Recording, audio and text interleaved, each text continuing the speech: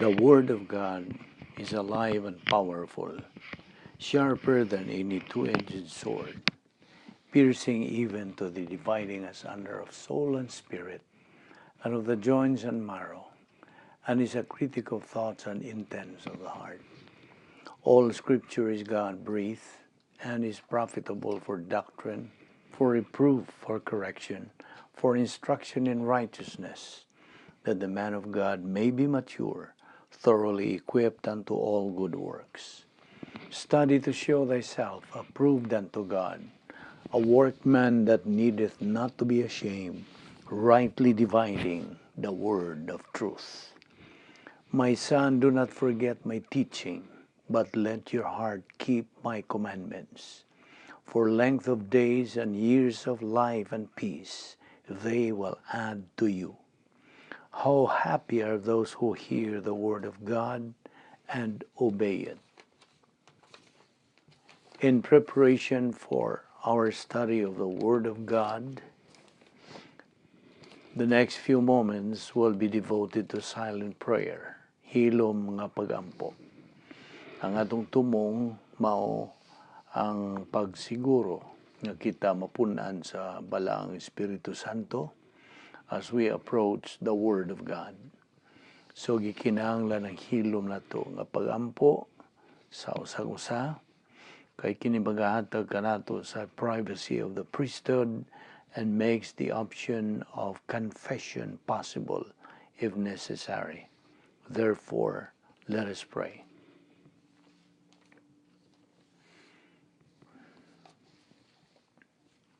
We thank you, Father, for your wonderful sense of humor, for your faithfulness, your relaxed mental attitude toward us because of grace, for the fact that you love us on the basis of your character without compromising your character, for the fact that you have never compromised your character even once, in loving to the maximum the worst believer who ever lived and the best. We thank you that grace found the way to accomplish all of this. As we continue to study this great grace gift from Jesus Christ, may God the Holy Spirit enlighten us, for we ask it in Christ's name. Amen. Well, we are here this time again in good health, alert, clear mind. Sanag atong pangisip, gipabuhi pa kita, tungod lamang kini sa kaluoy, gugma, kortesiya, o grasya sa Dios. We do not deserve it, wala kita'y katakos, magadawat niini. We do not earn it, nor work for it. Kay nga naman, tungod kay kini grasya. Karong adlaw atong pagaisgutan ang topic nga giuluhan og great power experiment. Doktrina kini nga atong pagatunan. So sa pagsugod nini atong itutok, ipunting ang atong pagtagad niining mga pagtulunan. First of all, unas tanan, before we get into this doctrine, may I ask you this question. What is an experiment? Well, unsa man ang pag-eksperimento? It is, okay, mao kini ang definition. It is an operation undertaken for the purpose of discovering something unknown or of testing a principle, a supposition, or an effort. Ang eksperimento is very important in our schooling, sa atong pag-eskwela. This experiment is divided into lecture and laboratory. Kining doktrinaha, we are starting to discuss also uses experiment. But in doctrine, this is only clarified. 2 power experiments. Ato kining hisgutan, kining duha ka power experiments nga gihimo or alang kang Ginoong Hesukristo. Mao man kaniya nga atong pagpunting bahin kang Ginoong Hesukristo. The two power experiments of the Lord Jesus Christ is one, hypostatic union of the Lord Jesus Christ. Unsa man ning hypostatic union? Duha kini ka nature, the nature of God and nature of man. 100% man, 100% God, si Ginoong Hesukristo. So gitawag kini yung hypostatic union of the Lord Jesus Christ. Mao kana ang una nga power experiment. Ikaduha, ang panahon sa simbahan, the church age. Now, without making an experiment or making this clear, we would not be able to understand these doctrines. Listen, again, the experiment is the tangible result of a policy that is true. In the divine decrees, God already knows everything that's going to happen in the history of man. Ginganla na to ni kaniyog foreknowledge. So when we say great power experiment, dako kining gahom sa pag-eksperimento, we understand that God knows totally everything that's going to happen. If a believer consistently and persistently studies God's Word, masabtan niya ang mga prinsipyo nga nagpaluyo ni ining bisag unsang doktrina, like this great power experiment. Therefore, the noun experiment means to bring about a desired result or purpose and the tangible results or policy. So, gikinahanglan nato ang paghimong eksperimento. We have to have an experiment. Aron sa ingon ni ana, kita makakat-on sa mga doktrina sa klaro kayo in order to make the doctrines very clear to us. Kay abi nimo ang doktrina mahimo lamang kining tinuod as you continue to experiment by studying God's Word. Hinumdumi nga si Ginoong Hesukristo sa iyang hypostatic union may eksperimento sa gahom sa Dios. Mao nga ang iyang experimentation proved, nagaprueba, nagapamatuod that the religious life or spiritual life is very real, very true. Tinuod man gyud ang religyoso o espirituhanon nga pagkinabuhi, tinuod, matuod. Doctrine is real because the Lord Jesus Christ has experimented and proven it to be when He was in this world in His first advent, sa una niyang paganhi. Kining gitawag nato o great power experiment in the Lord Jesus Christ hypostatic union, pamatuod yun kini, has been proven. How? Ang tubag, si Ginoong Hesukristo, sinati ni, He experienced it. Now, the great power experiment is not a supposition. Dili kini ingnon ta sa Binisaya murag pananglitan, dili. When we experiment something, we need power. Power in the following hypostatic union of the Lord Jesus Christ in the church age. Mo kanay kaduha. The power we mean is the means to have the power. Power of the Holy Spirit, Bible doctrine, grace apparatus for perception, right pastor teacher, ang tukma nimong pastor magtutudlo, privacy of the priesthood, ang imong tinagong panimuyo, ingon nga sacerdote, and logistical support, ug uban pa.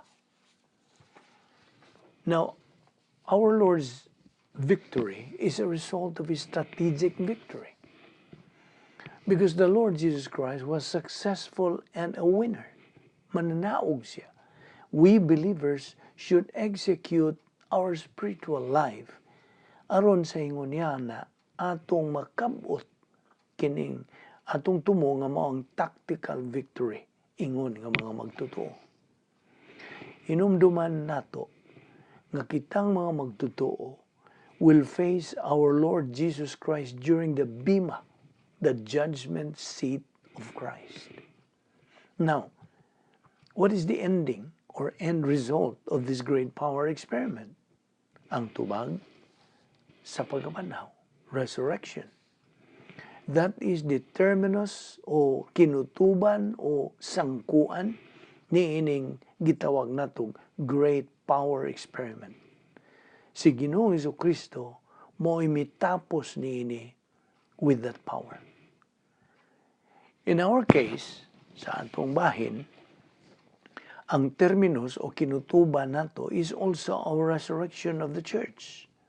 Ang gitawag, laing tawag nini nga rapture. Unsay gisulti sa Roma 1:4. Who through the Spirit of holiness was declared with power to be the Son of God by His resurrection from the dead, Jesus Christ our Lord. Ang ngayon itong hinumduman nga ang Espiritu Santo wa mutabang sa pagka-Diyos ni Jesus Cristo. The Holy Spirit did not help our Lord Jesus Christ, deity, while He was on earth. Wala siya mutabang. The Holy Spirit only helped our Lord Jesus Christ, humanity, sa iyang pagkatao. Diha sa Efeso 1:19 ngadto 20, sa versikulo 19, and His incomparably great power for us who believes. That power is like the working of His mighty strength. Ang versikulo 20, which He exerted in Christ when He raised Him from the dead and seated Him at His right hand in heaven, in the heavenly realms. So, how do we prove that we believers have the power today? Tubag? By making an experiment. Experiment can be done by studying God's Word. Ato kining mahimo pinagi sa atong pagtuon sa pulong sa Dios because it is proven to be true. Pamatuon nga kini tinuon. Execute the spiritual life by growing up spiritually. 2 Peter 3:18. You see, we cannot use anything we do not know. Diba? So we have to know and understand the truth pinagis pagtuon sa pulong sa Dios. Kay anaa kita niya ng gahom. Tulo ka categories of power. Una nini, God the Father's power, the portfolio of invisible assets, mao kini ang gihatag kanato. Logistical grace, ang atong adlaw-adlaw nga panginahanglan, pagkaon, bisti, mao kini appeal kini sa logistical grace, ug ang mga divine assets, mga Diyos nun nga mga kahimanan nga atong magamit aron kita maka-execute, makatuman sa atong kinabuhing espirituhanon.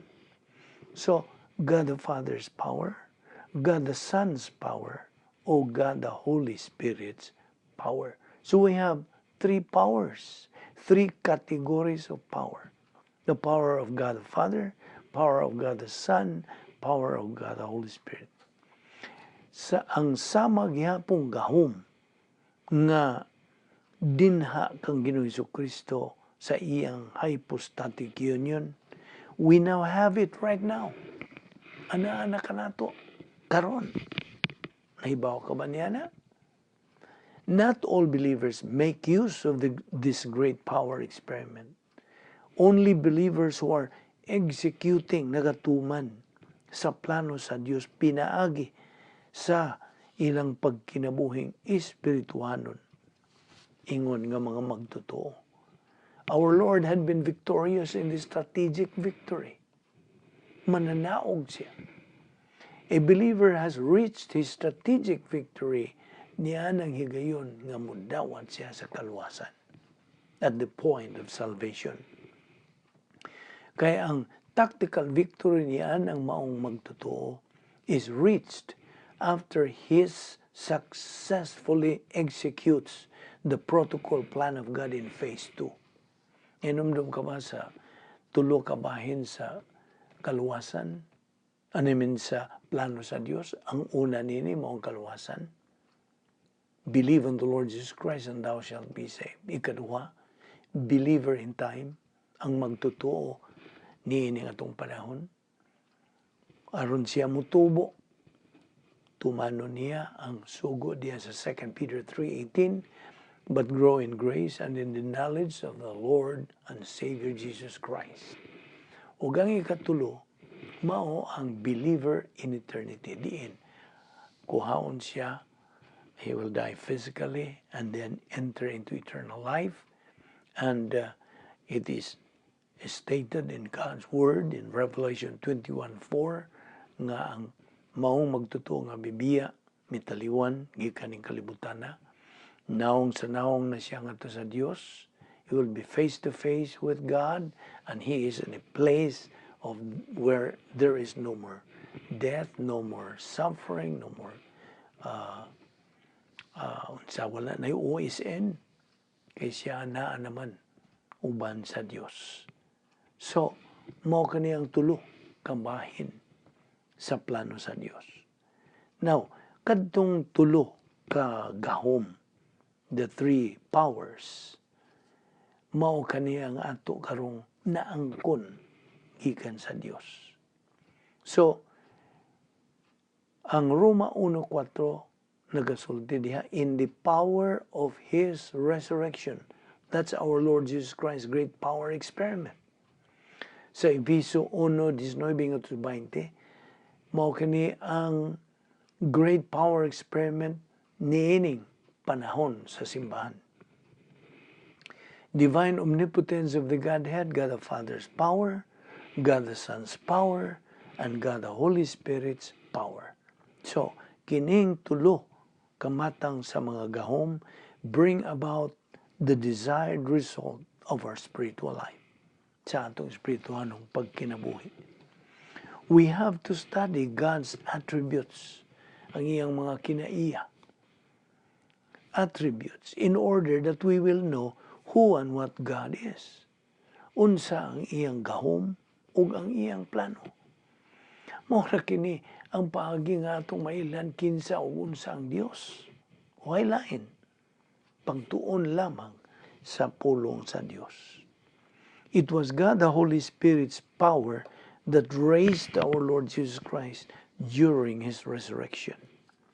Ephesians 3:20-21, we can ask the power of God. Now, the same power, mao gihapon nga gahom of the Holy Spirit is available to every believer. Ana, andam na ang Dios magahatag gikan sa Dios Espiritu Santo kining maong gahom. Every believer's sword or weapon to use against Satan and his demons is the Word of God. Kanang ingnon ta, ang atong gigamit nga pulong sa Bisaya, nagaling na nga pulong sa Dios, metabolized Bible doctrine. Apan subo nga palandungon, it is tragic to see today that so many believers are ignorant of truth due to their negative attitude towards Bible doctrine. Sa ako nang gibalik-balik din nga kadaghanan sa mga magtutuo karong panahon na negatibo sa pulong sa Dios.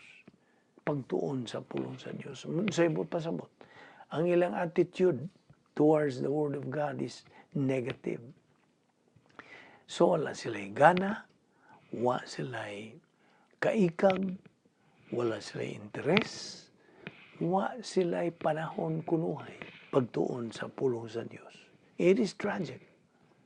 Again, saga na kung ginaingon, it's a matter of choice.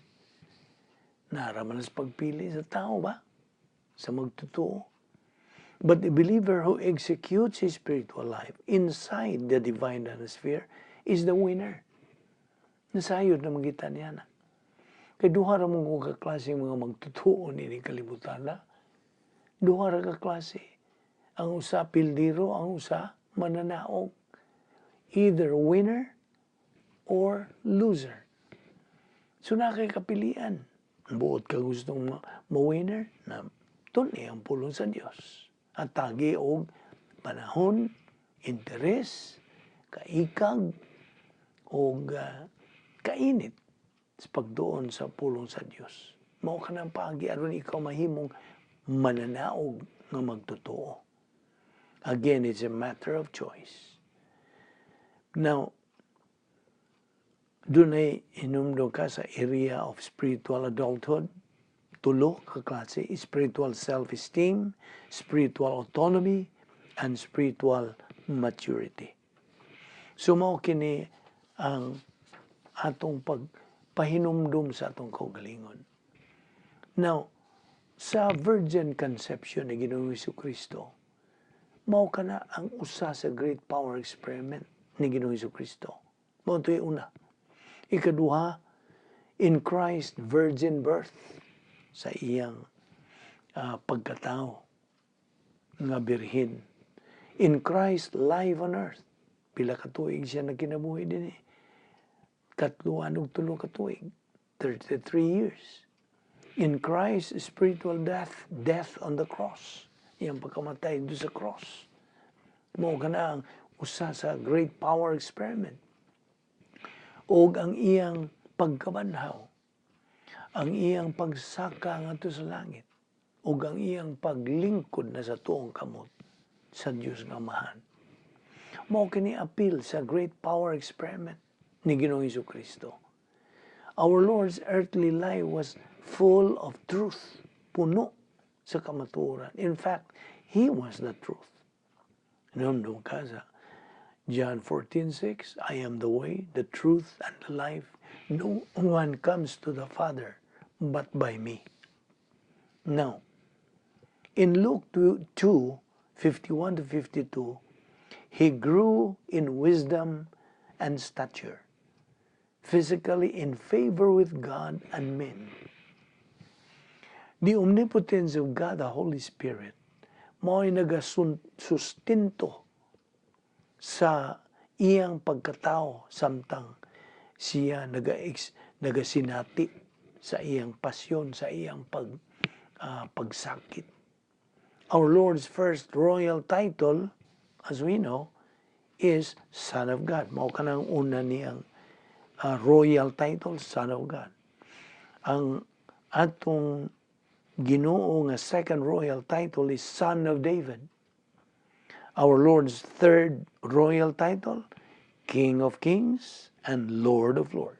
Akong balikon. Our Lord's first royal title, Son of God. Our Lord's second royal title, Son of David. And then our Lord's third royal title, King of Kings and Lord of Lords. Now, diha sa Juan 14:16 ngadto 17, masahon na to ang versikulo 16. And I will pray the Father, and He will give you another helper, that He may abide with you forever. Verse 17, the Spirit of truth, whom the world cannot receive, because it never sees Him, nor knows Him, but you know Him, for He dwells with you and will be in you. Now, if Christ is King, nagyod siya mga ginsakupan, di ba? He has subjects. Now, where is His kingdom?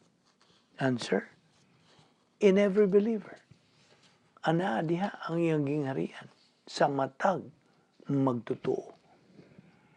Kingdom of God na sa matag magtotoo. Kingdom of heaven mo na kanang eternal state dito sa langit. God's power is in our execution of God's plan.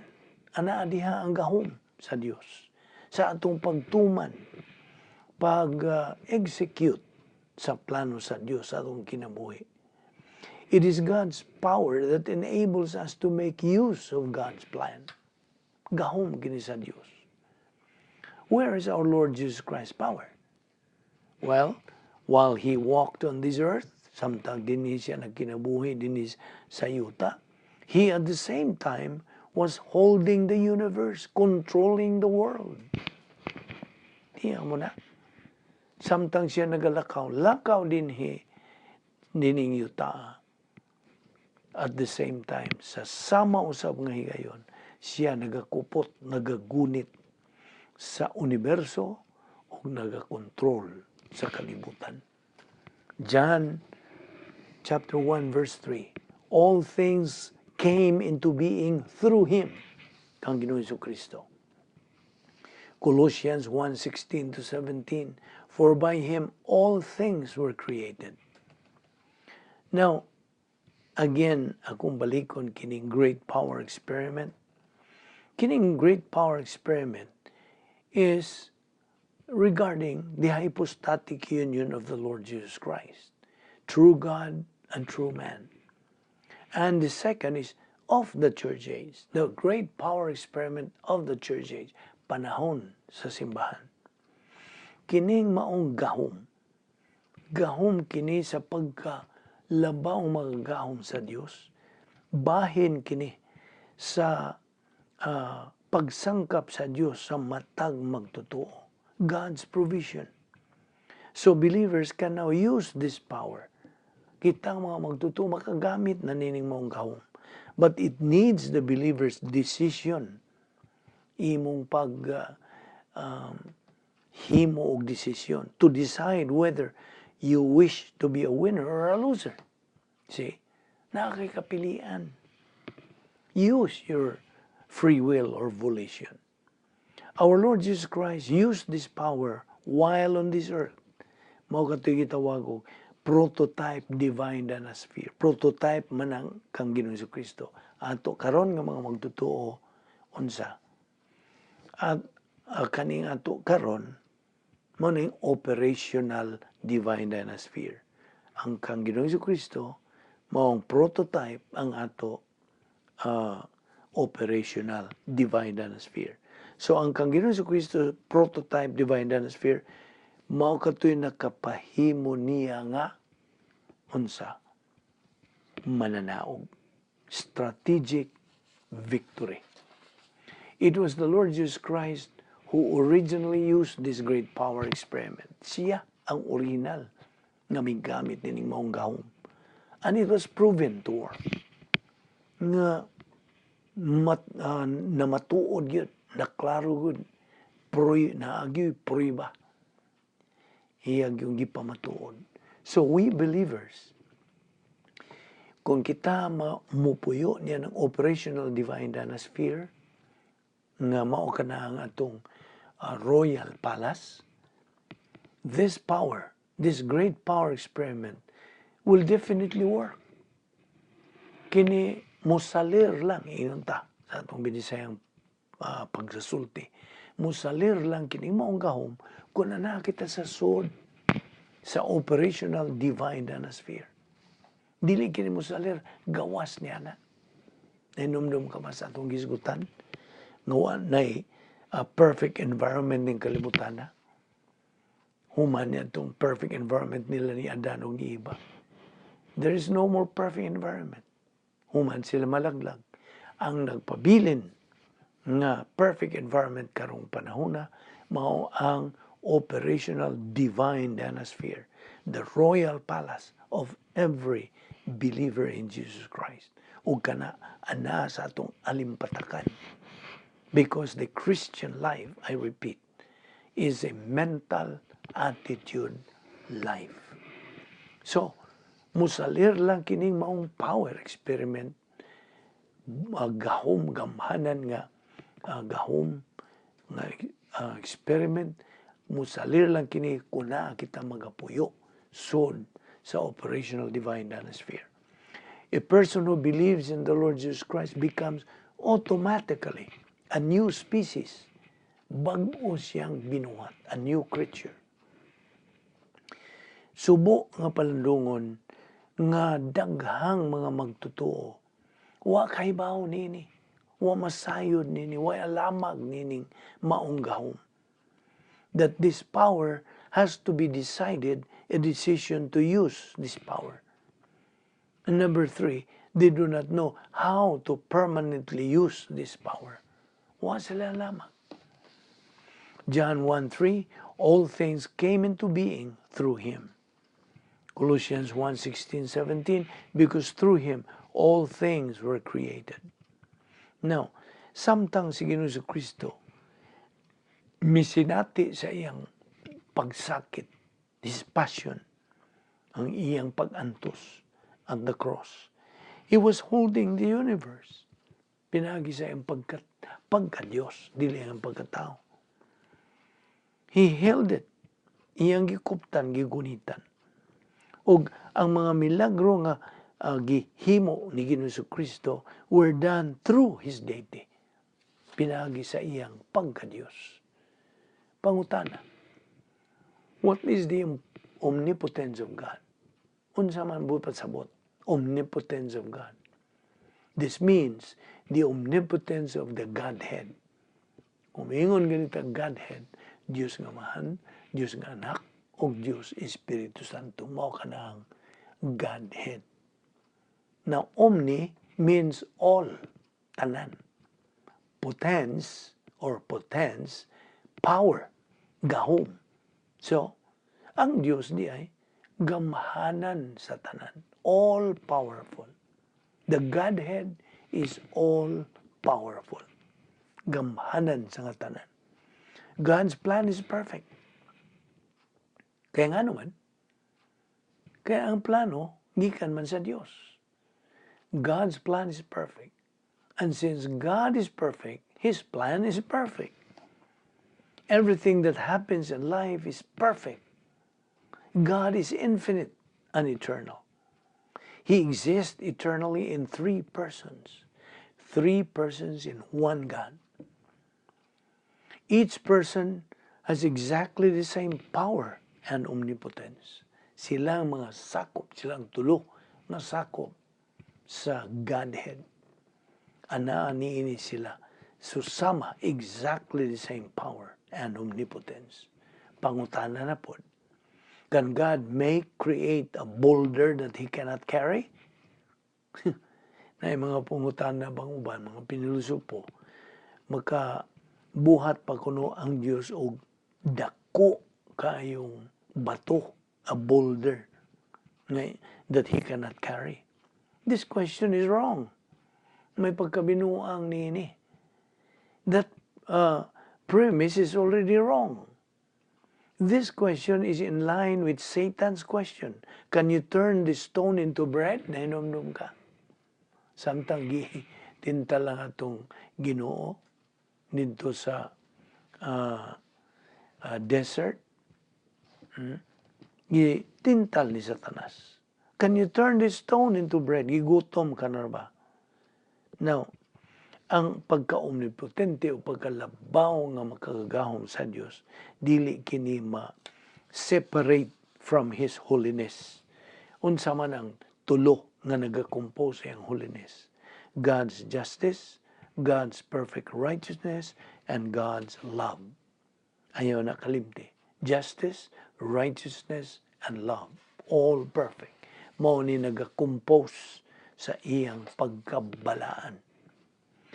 Hinumdum mo nga si Satanas mitintal sa itong Ginoong Kristo to detour our Lord from God the Father's plan for Him. Gitintal niya. Today, God's power is available to every believer. Available. Busa kay kini available man, gikan man sa Dios, grasya kini. Mo ni gitawag nito grasya. Kaya ang grasya, God, iyahang gikan sa Dios, buhat sa Dios, para sa tao. Ang tao, dili na matakos yun. Actually, we do not deserve. I do not deserve to teach the Word of God, just as you do not deserve to listen to the Word of God. But it is grace. Gihimo ni sa Diyos para sa atong kayuhan. So, balikon ko, today God's power is available to every believer. And this is grace. What includes this power? All of God's spiritual assets. Na aning mga kahimanan nga espirituhanon. Sama niya itong napo kasulbaran sa atong mga suliran. 10 problem-solving devices nga gihatag kini sa Dios para sa mga magtotoo. Unsa pa? Grace apparatus for perception. Grasya. Kini nga ito karong gigamit nga pangunahuna pagsabot sa mga pagtulunan sa pulong sa Dios. Through grace. Grace apparatus for perception. Ang sa apil na nini, ang pastor teacher, ang inyong gihimuan sa Bible study, kini, usa na kining provision sa Dios. Through the YouTube, makadungog ka sa pagtudlo sa pulong sa Dios. Grasya kini. Unya, unsa pa? Ang edification complex of the soul. Ang imong pagpatubo sa imong kalag. Edification complex of the soul. Unya, ang imong pagpuyo sa divine atmosphere. Dapit nga may gahom sa Dios. Anaani sa itong alibatangan. Balikon ko, the Christian life is a mental attitude life. Unsa pa? Unsa pa yung mga kaimanan nga gihatag sa Dios? 3 spiritual skills. Self-esteem, spiritual self-esteem, spiritual autonomy, and spiritual maturity. Anya, naa pa ang atong pagkumpisal, rebound, confession, pagsugid sa atong mga sala, ngadtos atubangan sa Dios nga Amahan, etc., etc., uban pa. Kini ang atong gihisgutan nga mga kahimanan nga espirituhanon, gihatag sa Dios alang kanatong mga magtotoo.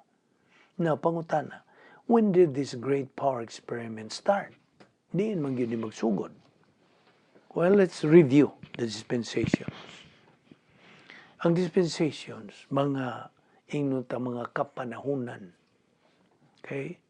Ang number 1 nini is theocentric. Ang theocentric. Ang theo diha, Diyos, God.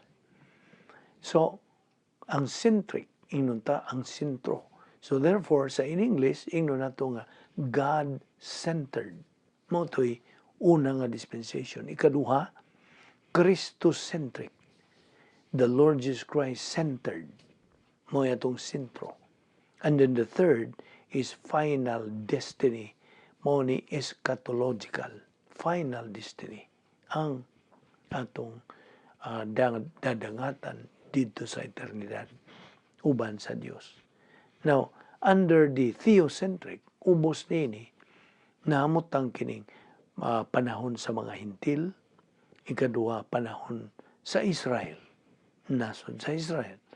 Unya, under Christocentric, na diha ang hypostatic union ug ang church age.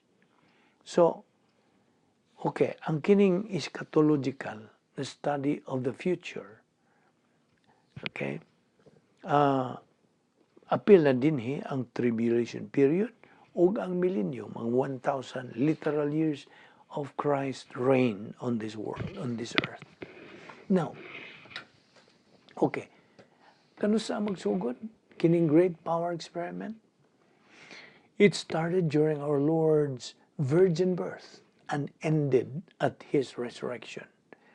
Mahuman kini sa iyang pagkabanhaw. Now, unsa man ni mga gospels diha sa bag-ong tugon in the New Testament? Well, naa ka ng Mateo. Our Lord Jesus Christ started His ministry in chapter 5. Sermon on the Mount. Diha sa libro ni Mateo. And then you have Marcos. Then the third, Luke, ug ang ikaupat, John. si Juan. Kini sila, mao kini ang the Gospels in the New Testament. Now, akong balikon, nga kining gahom sa Dios is available to every believer. Grasya kini. God is omnipotent, all-powerful. So, ang pangutana, imo na bang nasinati kining maong gahom sa Dios diha sa imong kinabuhi? Now, we should know all these things. Unsaon nato pagka-kat-on nini, pagkahibaw nini, pinagi lamang sa pagtuon sa pulong sa Dios. Kini nga itong pagtuon sa pulong sa Dios din, grasya. So, anar na nimo, imo ba nang pahimuslan o dili? Na may kapilian. Remember, there is no substitute to taking in Bible doctrine. Kaya ang doktrina sa Biblia, inunta lang, binisayo na to ang Bible doctrine, doktrina sa Biblia, pagtulunan sa pulong sa Diyos, mao kini ang una-una ni Kristo. Basaha ka ng 1 Corinto 2:16, klaro kayo. But we have the mind of Christ. Kini nga itong gitunan, apil na kini sa huna-huna ni Ginoong Kristo. Just imagine, huna-huna sa Dios, mao ni imong tunan, ipasuod ka na sa imong huna-huna, ipatuhop ka na sa imong huna-huna ngadto sa imong kalag, ug sa imong paghuna-huna, mao ka na imong gamiton. Ang huna-huna sa Dios, musuod sa imong huna-huna, mo imong gamiton sa paghuna-huna, ang resulta, maong buhat nga gikan sa Dios. Ug mao ka na ang buhat nga madawat sa Dios. Aside from that, way buhat nga madawat niya. Kay filthy rags ra. Kanang imong buhat nga pinasikan sa paggamit nimo sa huna-huna ni Kristo. 1 Corinthians 2:16, mo kanang imong gamiton sa paghuna-huna o sa matag buhat nimo, ang mo resulta, mo gawas niya na. The end result is divine production. Ug kana maora ka na production nga mo mabound dito sa langit, inigbihan nimo ning kalibutana, ug kana bugtian kana sa mga ganti sa Dios. Giandam na niya kana dito sa langit. So, the Word of God is the mind of Christ. Kining gahom nga itong gisgutan, gahom, great power experiment, is given by God to us at this time, between the hypostatic union and the church age. Since we are here in the post-canon period, church age, kita nagapahimos nining maong gahom. Ang labing tinuod, kini nga itong panahon sa simbahan, maura kini ang the most exciting, the most thrilling age. Kaya nga no, this is the age of the church, this is the age of equal privileges and equal opportunities. But this is the most intensified angelic conflict. Init kayo kining awaya ng espirituhanon, tali sa puwersa ni Satanas ug sa puwersa sa Dios. Ikaw, you are in between. Nakastaliwa, papilion ka. Gahom ba sa Diyos mo pilion? Gahom ba ni Satanas? Kaya this is a fight between good and evil. Good or grasya. Kaya ang pulisa, the policy of God is grace. But Satan's policy is evil. So this is a fight between grace and evil. Nakastaliwa, papilion ka. Kaya mao kini panahon sa grasya. So this power is given by God to us at this time.